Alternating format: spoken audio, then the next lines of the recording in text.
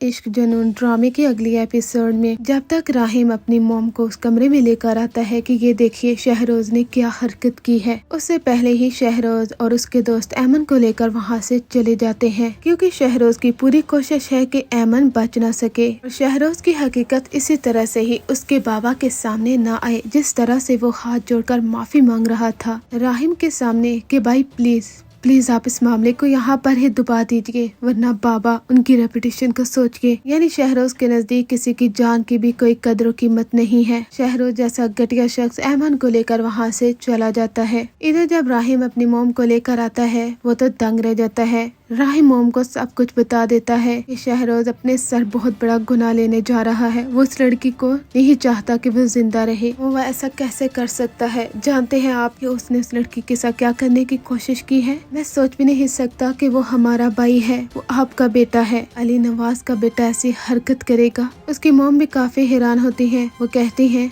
राहिम इस सारे मामले को यहाँ पर ही दबा दो। राहिम कहता है कि मोम आप भी यही चाहती है कि ऐमन ना बचे, लेकिन उसकी मोम कहती है मैं चाहती हूँ कि ऐमन बचे, लेकिन कुछ भी करके इस मामले को रफा दफा करो। इधर शहरोज घर वापस आ जाता है। राहिम जब उसे देखता है वो उसे गुस्से से पकड़कर अंदर लेकर आता है। उसे कहता है कि तुम जैसा घटिया शख्स मैंने अपनी जिंदगी में नहीं देखा। तुमने एक बेगुनाह लड़की की जान ली है, तुमने एक मर्डर किया है। शहरोज कहता है हो गई ना गलती, तो अब मैं क्या कर सकता हूँ? आप क्या चाहते हैं कि फांसी लग जाऊं? राहिम कहता है कि हाँ फांसी लग जाओ तुमने एक मासूम लड़की की जान ली है। यहाँ तक कि शहरोज के मुंह पर जोर का थप्पड़ लगाती है उसकी अम्मी। उसे कहती हैं कि तुम किस कदर घटिया निकले हो शहरोज, हमने तुम्हें लाडो से पाला, ज्यादा मोहब्बत तुम्हें दी, राहिम को नहीं, फिर भी तुमने हमारी मोहब्बत का ये नतीजा निकाला है। अब राहिम को तो फिक्र होती है सिर्फ और सिर्फ ऐमन की। वो शहरोज से कहता है ऐमन कहाँ है शहरोज, मुझे बताओ। शहरोज कहता है कि ऐमन मर चुकी है, मैं उसे दरिया किनारे फेंक कर आ चुका हूँ, वो जिंदा नहीं बचेगी, इसीलिए मैं उसे वहाँ पर छोड़कर आ गया। ये सुनकर तो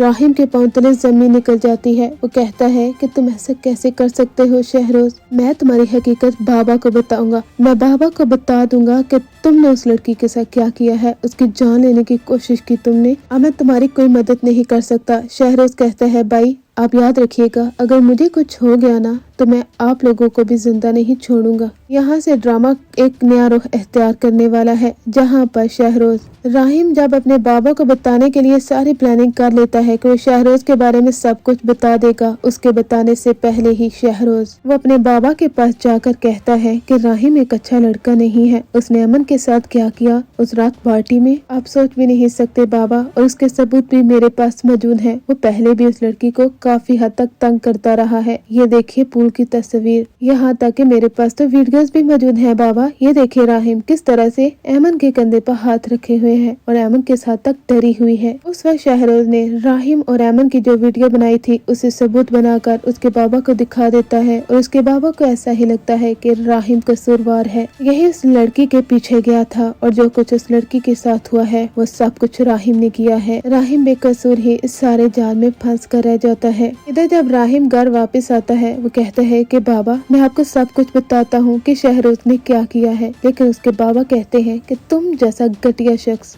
मैंने अपनी जिंदगी में नहीं देखा। तुम राहिम अली नवाज पार्टी में कितनी तारीफें कर रहे थे मेरी, लेकिन लोगों को क्या मालूम था कि हमारा बेटा किस कदर घटिया शख्स है, वो एक लड़की के पीछे क्या कुछ कर सकता है। मुझे तो आज तुम्हारी हकीकत मालूम हुई है। राहिम कहता है कि बाबा मैंने ऐसा कुछ नहीं किया, आप मोम से पूछ सकते हैं, इन सारे मामले के पीछे शहरोज है, लेकिन उसकी मोम, क्योंकि वो तो सतीले बेटे का नहीं कर सकती ना, मोहब्बत तो वो अपने सगे बेटे से करती हैं। और फिर क्या है, जब उनसे पूछा जाता है तो वो कहती हैं कि शहरोज बेकसूर है, ये सब कुछ राहिम ने किया है। राहिम के पांव तले जमीन निकल जाती है जब उसकी माँ उसका साथ नहीं देती, क्योंकि राहिम उनका सतीला बेटा है।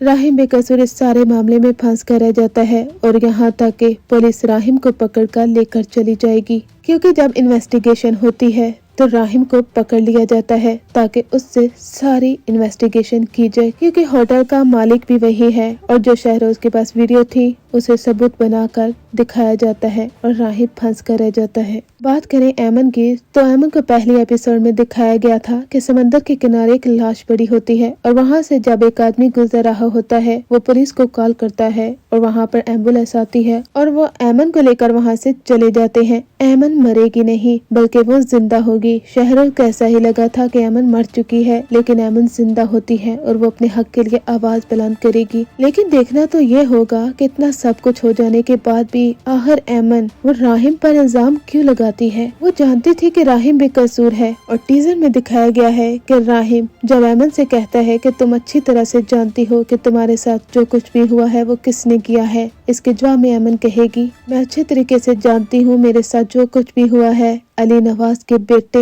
राहिम अली नवाज ने मेरे साथ ये सब कुछ किया है। राहिम चीखता चिल्लाता है, वो कहता है एक तरफ मेरी मॉम ने मेरा साथ नहीं दिया, दूसरी जानब तुम ये जानते हुए भी कि मैं बेगुनाह हूँ मुझ पर कैसे इल्जाम लगा सकती हो। सब लोग राहिम पर इल्जाम लगाते हैं। राहिम कहता है तुम सब लोगों को मैं जिंदा नहीं छोड़ूंगा, सारे सबूत इकट्ठे करूंगा, एक एक को छोड़ूंगा नहीं, मेरी बेगुनाही साबित होकर रहेगी। ड्रामा तो 4th एपिसोड तक पहुँचा है, लेकिन ड्रामे में इस कदर टर्निंग पॉइंट और ट्विस्ट आने वाले हैं ये तो हमें सोचा भी नहीं था और अभी अगले वीक की एपिसोड के लिए इस हद तक बेताब है। कौन कौन एक्साइटेड है कमेंट सेक्शन में जरूर लिखिए।